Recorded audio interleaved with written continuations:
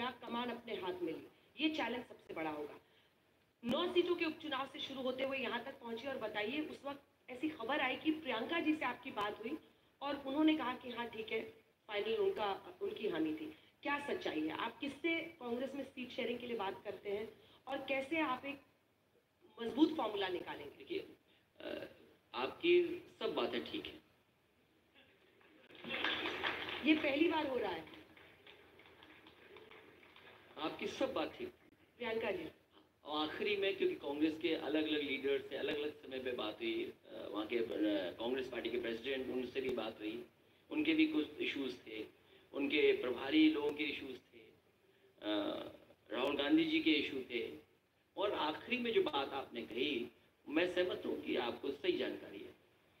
चलिए, जो नंबर्स एक जल्दी से आखिरी में दिखा देते हैं, जो कास्ट स्टैटिस्टिक्स है कि कैसे 2024 में CSDS का, ये यूपी का जो वोटिंग पैटर्न है वो दिखाता है कि इंडिया गठबंधन को और एनडीए को, दोनों के नंबर्स हैं। तो सवर्णों में तो उन्होंने बाजी मार ली, यादवों में आपने स्काई रॉकेट, और जो लास्ट में मुस्लिम है उसमें भी स्काई रॉकेट। लेकिन जो मुख्य मुकाबला रहा मुझे लगता है उसमें एक आप देख रहे हैं जाटक वोट में, दलित में भी जो डोमिनेंट है वहाँ पर 25-24 रहा, 56 और गैर जाटक वोट में 80 में, और कुर्मी कोयरी में आप देख रहे हैं कि 61 में फिर एनडीए बाजी मार ले जाती है। लेकिन बाय एंड लार्ज ये दिखाता है कि जाति के आधार पर जनता ने वोट किया और चुना। ये CSDS का लोकनीति का सर्वे है। पीडीए वर्सेस हिंदुत्व एक साथ, एक है, सेफ है। कैसे आप बताएंगे कि इस लड़ाई में आप कांटे की टक्कर देंगे 27? देखिए, मैं CDS के ये ग्राफ बार ये मान लूँ मैं जो आपने बनाया है, लोकनीति CSDS, मैं सहमत हूँ जो बनाया है। तो पहला ब्लॉक छोड़ करके सब पीडीए है। हाँ, और बावजूद इसके ओबीसी लड़ाई बची, खत्म है मामला, लॉक कर दिया जाए। पहला बार छोड़ करके सब पीडीए है। हमें इसी पे मेहनत करनी है, और 10%, 20% उनको भी लेके आना है। 50% वो लोग आ रहे हैं हमारे साथ। पहला ब्लॉक है उसके 50% लोग हमारे साथ आ रहे हैं। अभी से बातचीत होना शुरू हो गई। हाँ, कितनी औरतों को टिकट देंगे? सॉरी, कितनी औरतों को टिकट देंगे? जो जीतने वाले होंगे सबको दूंगा। 33% शुरुआत कीजिए, पहल कीजिए। नहीं, जितने जीतने वाले होंगे उनको दूंगा। और मैं तो आपसे कहूँगा कि बीजेपी वाले लोगों से कहा जाए और हम लोग सब मिलकर आंदोलन चलाएं कि जो महिलाओं के लिए आरक्षण उन्होंने तय किया था उसको लागू करें, तो हम वो आसानी से और दे सकते हैं। तालियों के साथ बहुत बहुत धन्यवाद अखिलेश यादव जी मंच पर आने के लिए। 2024 में लोकसभा चुनाव में जो उत्तर प्रदेश में आपने कमाल किया था, वो मोमेंटम बरकरार रहेगा 27 तक? मैं सबसे पहले आपका धन्यवाद देता हूं कि आपने इस कार्यक्रम में मुझे बुलाया, और स्वागत इसलिए आपने तेज कराया जिससे कि आपके सवाल मेरे कान तक न पहुंचे।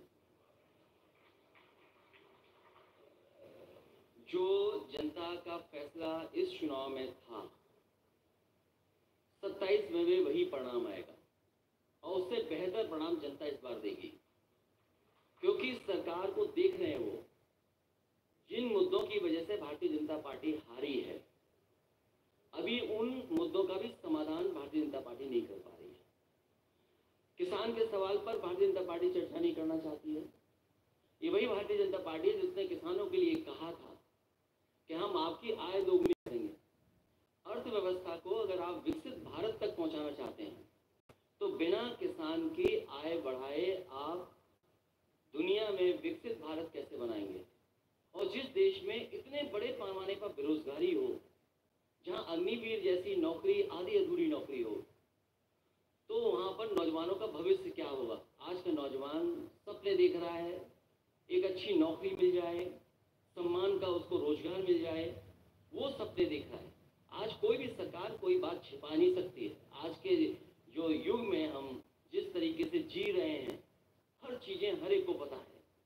तो अभी भी उन सवालों का जवाब भारतीय जनता पार्टी ने नहीं ढूंढा है। महंगाई का सवाल वैसे ही का वैसा है जैसे पहले था। कोई परिवर्तन भारतीय जनता पार्टी के फैसलों में नहीं आया है, और उन फैसलों पे चर्चा न हो, इसीलिए भारतीय जनता पार्टी जानबूझ करके नए नए मुद्दे लेकर के आती है, जिससे कि बुनियादी जो सवाल है उन पर चर्चा न हो। हरियाणा का चुनाव सबसे पहला चुनाव था 2024 के लोकसभा के बाद।